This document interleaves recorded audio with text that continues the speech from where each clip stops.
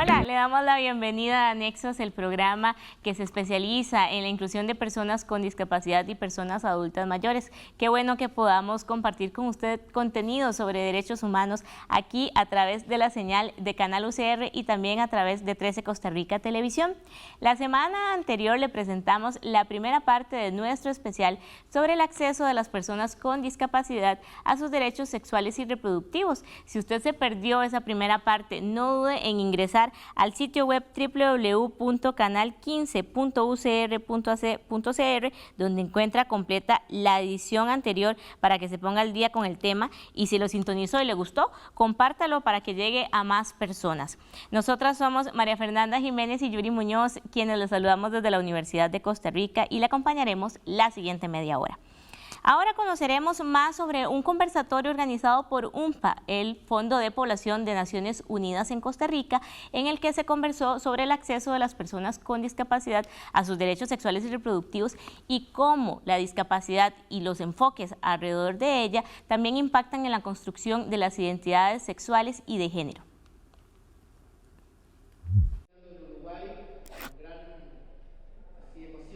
Nuestra sociedad está llena de normas y mandatos impuestos. A veces hasta se contradicen entre sí. En el siglo pasado, las mujeres teníamos y seguimos teniendo mandatos, pero antes eran muy fuertes, ¿verdad? El mandato de la maternidad, el mandato de una mujer decente se tiene que casar, tiene que cuidar a su familia, etc. Y este mandato, en el caso de las mujeres con discapacidad, no era así. Era igual, nos socializaban igual, nos regalaban muñequitas y trasticos, ¿verdad? Y todo lo demás, pero por otro lado nos decían, no te puedes casar, no puedes tener hijos, vos no sos capaz de gustarle a un hombre, ¿verdad? O de establecer una relación de pareja, a menos que entre ustedes, entre la gente con discapacidad, se puedan emparejar, ¿verdad? Como para jugar de casita, pero no de una manera seria, formal. Muchos creen que las personas con discapacidad no son capaces o no desean establecer relaciones amorosas o sexuales. La mirada dominante acerca de la discapacidad y la sexualidad es que las personas con discapacidad no tenemos que ver con ese mundo de la sexualidad. Es decir, la asexualidad es un concepto que está muy arraigado como un prejuicio que hay que derrotar. Desde la lógica de la sociedad, obviamente que hay mucha resistencia, pero esa asexualidad afecta a los hombres y a las mujeres. Es decir, no hay una diferencia, no hay una discriminación específica. A pesar de esa idea recurrente, el 96% de las personas con discapacidad mayores de 18 años dijeron haber mantenido relaciones sexuales. El taller sobre derechos sexuales y reproductivos organizado por el Fondo de Población de Naciones Unidas abordó este tema en búsqueda de posibles soluciones. La conclusión más importante es la necesidad de eliminar la barrera provocada por los tabúes. El aspecto técnico igual se resuelve, pero si esa barrera, que es la más alta, ideológica y de prejuicios, no está resuelta, obviamente que la institución no va a desarrollar el trabajo que se necesita, tanto en la atención directa como en las campañas informativas.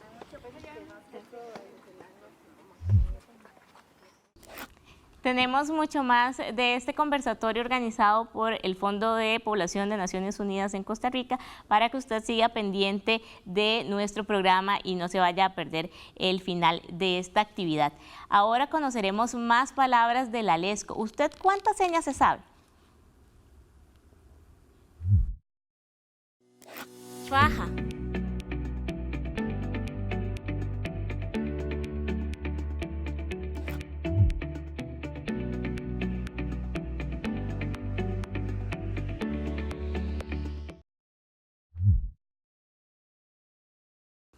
Nexos es el programa único en Costa Rica especializado en la inclusión de las personas con discapacidad y personas adultas mayores, y compartimos contenidos con usted a través de la televisión de servicio público desde 2003. Y le cuento que está con nosotros Luis Flores, quien también nos acompañó en la edición anterior de este especial sobre derechos sexuales y reproductivos de las personas con discapacidad. Luis es miembro de COINDIS, que es el Comité de Información de las Organizaciones de Personas con Discapacidad. Muchas gracias, Luis, por acompañarnos en este especial, y hemos venido conversando sobre la asistencia sexual para personas con discapacidad. En la edición anterior definíamos, ¿verdad?, y la diferenciábamos por de repente las principales dudas que pueden saltar cuando se plantea este tema, ¿verdad?, que es muy innovador. Hay muchos tabúes alrededor de la asistencia sexual para personas con discapacidad. También me parece importante agregar a lo que conversábamos anteriormente a que el asistente ¿verdad?, la persona que ejerce este rol también puede colaborar con personas que tienen una pareja, ¿verdad? Inclusive si ambos tienen una condición de discapacidad, o es uno o una de las personas, ¿verdad?, que forman esta pareja. También la idea es que pueda colaborar en estos casos. De repente la persona solo visualiza que el asistente o la asistente sexual apoya a una persona en solitario, pero puede ser también en una relación de pareja. Claro, por supuesto, y aquí es uno de los temas que nos llama mucho la atención, del saber también, como estuvimos conversando en el programa anterior, sobre lo que eran las funciones, de lo que puede venir a llegar a ser este asistente sexual. Y prácticamente también una de las funciones es el educar. Lo que podría ser en un escenario en donde una persona sin discapacidad tiene una pareja con una persona con discapacidad, también el cómo enseñar, ¿verdad? Cómo poder llegar al punto en donde puedan satisfacerse en una vida sexual plena, saludable, sana, y que de igual forma puedan llegar a experimentar entre las dos personas lo que es este placer, ¿verdad? Entonces es algo fundamental por el que nosotros todavía estamos insistiendo en que esta figura tenemos que conversar un poco más y poder dialogar sobre lo que es la figura del asistente. En estas experiencias, ¿qué realimentación hay, ¿verdad?, por parte, por ejemplo, no sé, del caso de Dinamarca, del caso de España, que son diferentes todos, pero cuál ha sido como esa, ¿verdad?, respuesta, o qué nos pueden contar ellos a partir de la experiencia que se tiene ya en estos países, de los retos que de repente se han encontrado cuando empezaron con los proyectos? Los retos prácticamente que el primero, ¿verdad?, es el choque entre también lo que es la población con y sin discapacidad, sobre el simple hecho de llegar y decir, ok, ¿cómo mis impuestos van a ir para sustentar el placer de otra persona? ¿Verdad? Sobre todo lo que es en esa parte del placer sexual. Entonces, una de las cosas en las que a mí me quedó muy marcado fue el testimonio de una persona en Barcelona, en donde ella dijo, durante más de 55 años de mi vida estuve luchando por el acceso al trabajo, por el acceso a la cultura, por el acceso en sí a mi vida independiente. Sin embargo, nunca tuve acceso a mi propio cuerpo. Hasta que por fin encontré esa figura de asistente sexual, es donde ya me identifiqué y pude conocer hasta mi propio cuerpo y saber que también tengo el derecho al placer, ¿verdad? Entonces, son una de las cosas en las que en nosotros nos llegó increíblemente el poder saber que ese tipo de cosas se están dando, y no solamente en otros países, ¿verdad?, sino que hasta propiamente en Costa Rica. También tenemos otras experiencias en las cuales otras poblaciones con discapacidad han llegado, han contado, y en las de que perfectamente puede calzar una función como el de un asistente sexual. Es muy probable que haya resistencia por parte de las familias, ¿verdad? Porque eso responde a esa falta de educación que usted mencionaba antes, a que desde la misma sociedad concibimos de forma asexual muchas veces a las personas con discapacidad y les negamos el acceso a la información, a la educación en salud sexual y reproductiva, en afectividad, y también eso tiene que ver con el derecho a formar relaciones afectivas y construir una familia. Es parte de ese proceso también que muchas veces se ve de manera aislada como un tema meramente del placer físico de la persona. Como también hay que empezar a trabajar con el entorno de la persona que va a ser usuaria de estos servicios de asistencia sexual. ¿Cuál es la experiencia de otros países que usted mencionaba anteriormente con este tema, verdad? Que no va solamente en capacitar a la persona usuaria y al asistente, sino también a su entorno, ¿verdad? A sus familiares, sus amigos, sus vecinos, etcétera. Por supuesto, una característica para que la persona con discapacidad pueda recibir este tipo de servicios es que tiene que ser una persona totalmente empoderada, ¿verdad? Y sabiendo plenamente sobre cuáles son sus derechos y cuáles son también sus deberes.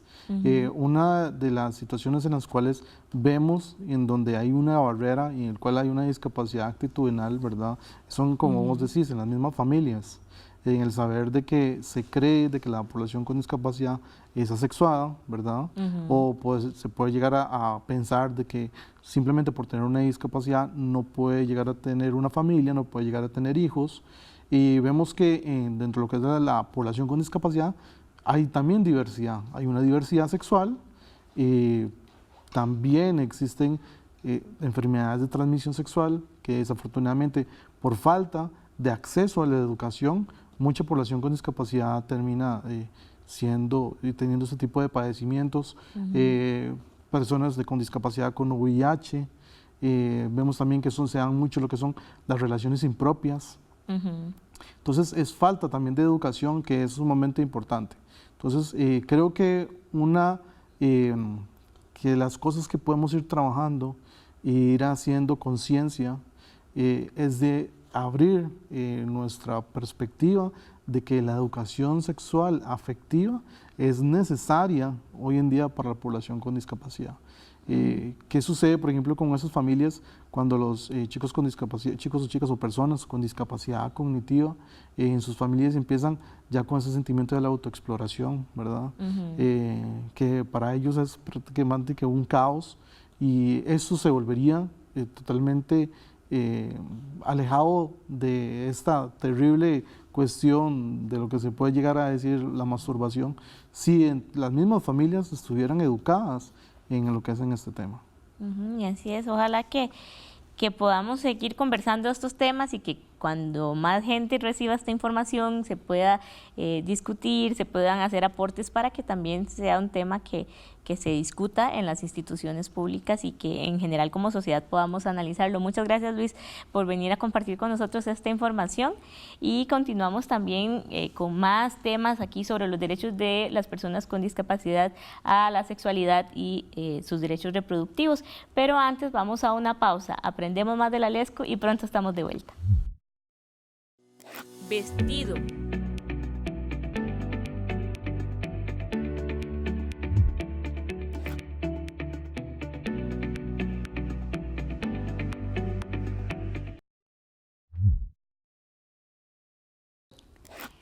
Estamos de vuelta en Nexos. La reciente encuesta nacional sobre discapacidad ENADIS reveló que 256.673 mujeres y niñas con discapacidad son víctimas de violencia.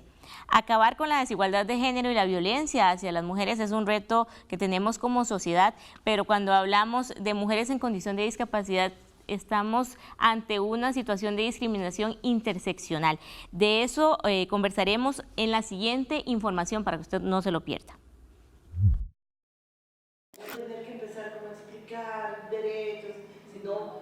Las niñas y mujeres en condición de discapacidad son más vulnerables ante la violencia de género debido a la doble discriminación que enfrentan. Porque es una violencia silenciada en la que las mujeres, como no tienen otras alternativas, por ejemplo, de subsistencia, se ven obligadas a aceptar las condiciones que el medio les ofrece porque no tienen cómo salir de eso. Entonces hay todo un círculo de situaciones que hacen que en la población o en las mujeres con discapacidad se agraven más las circunstancias de violencia de género que en general enfrentamos las mujeres. La primera encuesta nacional sobre discapacidad, ENADIS, estudió la violencia percibida por esta población. Desde la ENADIS, que es la encuesta nacional sobre la población con discapacidad, logramos obtener los datos de la situación que viven las mujeres y las niñas con discapacidad, recordar que el 60% de la población con discapacidad son mujeres y que más del 20% de ellas han evidenciado que se encuentran en situaciones de violencia, que han enfrentado situaciones de gritos, de golpes, de que no les dejan administrar sus propias vidas. La vulnerabilidad que ofrece el mismo círculo perverso que existe entre pobreza y discapacidad hace que las mujeres con discapacidad estemos más expuestas a la violencia y a otras formas de violencia que quizá no todas las mujeres experimentan, digamos. Lo hemos escuchado, la sobreprotección es una forma de violencia bastante presente en la vida de las mujeres con discapacidad y además existe una idea casi que perversa también de que las mujeres con discapacidad no son necesariamente la representación simbólica, digamos, de la mujer sensual y demás que hay en la sociedad, sin embargo, siempre ha sido víctima de violencia sexual. Datos de la ENADIS revelan que casi el 15% de las personas con discapacidad han vivido situaciones de violencia sexual. Típicamente no se les considera personas con derecho a vivir su sexualidad debido a los mitos de la sociedad. Hay una idea de que las personas con discapacidad no tienen ningún desarrollo de la vida en el ámbito de la sexualidad, es como si no tuvieran derechos sexuales y reproductivos. Y lo cierto del caso es que no solo existen los derechos sexuales y reproductivos, sino que la sexualidad es una vivencia real en la vida de las mujeres. Lo que pasa es que al no considerarse eso como parte real de la vida, se da una negación estructural de esa condición, lo que hace que las mujeres no reciban información, no reciban educación sexual, no reciban información sobre la protección y sobre mecanismos de cómo defenderse de la violencia, de cómo poder manifestar lo que están viviendo, y eso hace que la vulnerabilidad sea mucho mayor, lamentablemente, porque esa idea de asexuadas, que si bien es cierto tiene un énfasis especial en población con discapacidad intelectual y psicosocial, en realidad afecta a toda la población con discapacidad, hombres y mujeres, pero tiene acentos más fuertes en las mujeres a las que históricamente se les niega esa idea de la sexualidad. Pero en las últimas décadas se ha trabajado para cambiar esta realidad. Un tema que también pusimos en la agenda son los derechos sexuales y reproductivos de las mujeres, las cuales casi no tienen acceso en los programas en el sistema de salud. Eso es también violencia hacia las mujeres y hemos logrado ir colocando, pero sobre todo haciendo incidencia en las instituciones, en este caso en el sector salud, en el mismo INAMO, para trabajar con las mujeres en la promoción precisamente de sus derechos. Ahora, en el siglo XXI, algunas cosas han cambiado en relación a las mujeres, seguimos por supuesto con muchísimas brechas y en relación a las mujeres con discapacidad también, pero ha cambiado. Yo puedo decirte que eso es así, desde que hay un Instituto Nacional de las Mujeres al que le está costando incorporar la temática de la mujer con discapacidad, pero que lo está haciendo, intentando al menos, que es que antes era misión imposible. Y en el CONAPDIS también hay un esfuerzo importante por trabajar con las mujeres con discapacidad. También nosotras como mujeres no nos hemos quedado sentadas esperando, sino que nos hemos organizado en varios grupos, por ejemplo la Alianza Latinoamericana de Mujeres con Discapacidad, que pretende que las mujeres nos empoderemos y tomemos además ese control político que también nos hace falta, porque no nos sentimos representadas.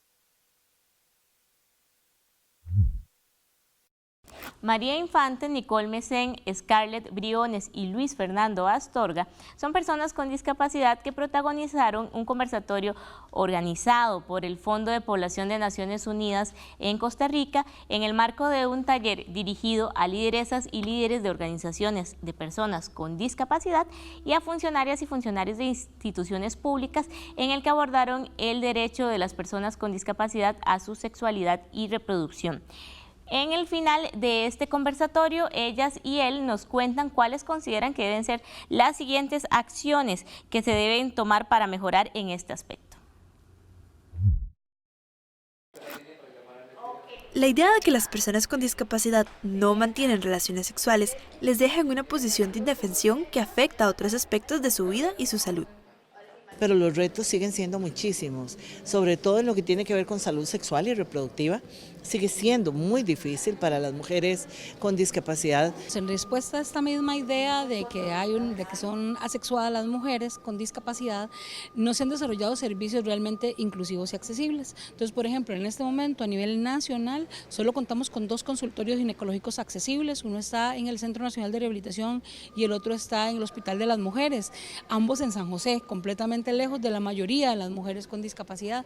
Y eso significa, digamos, a la larga, que esto está impactando en la detección temprana del cáncer de cérvix, que eso está impactando en la detección temprana del cáncer de mama, y que además, más allá de esto que tiene que ver con la atención de la salud ginecológica, no hay ni siquiera otros instrumentos que faciliten la realización de pruebas de este tipo a mujeres con determinadas condiciones, que requieren, digamos, tal vez instrumentos más pequeños o adaptados, dado la rigidez de algunas condiciones de discapacidad en el cuerpo, y en realidad esto nos pone muy expuestos a situaciones. Eso por un lado. Por otro lado, en general, cuando uno va al médico, las mujeres van al médico a cualquier otra cosa, los médicos siempre están recordando el tema de la atención ginecológica y lo demás, y eso no ocurre necesariamente con las mujeres con discapacidad. Entonces hay todo un tema de la atención de la salud de las mujeres con discapacidad que se desatiende producto de esta misma situación estructural de negar el reconocimiento de derechos sexuales y reproductivos.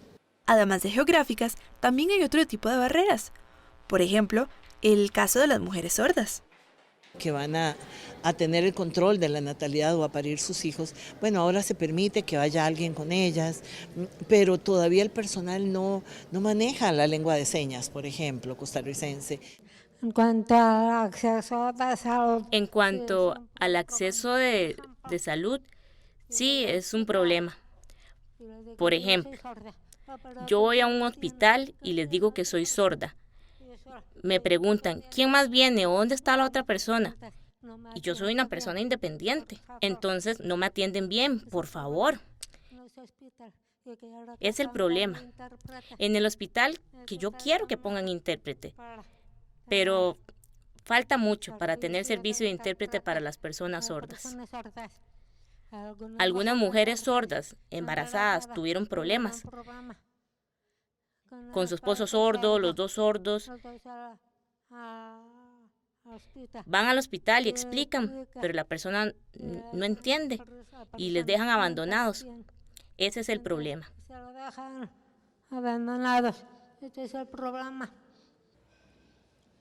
En mi caso ha sido sumamente retador por mi condición de discapacidad y además porque tengo baja estatura.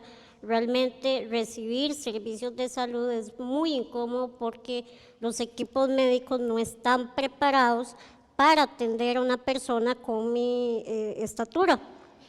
Entonces, desde algo tan sencillo como tomar la presión es muy incómodo, hasta ya un examen, ultrasonido, etcétera, se vuelve muy complicado, porque aún no han habido avances certeros o viables en servicios médicos que puedan cumplir con la atención a todas las personas, incluyendo a las personas con discapacidad desde su diversidad, ¿verdad? Ha sido realmente muy complicado, además de que la legislación, pues aunque tiene ciertos artículos que hablan sobre salud, aún pues tiene algunos vacíos que no permiten pues generar esas mejoras en el sistema de salud.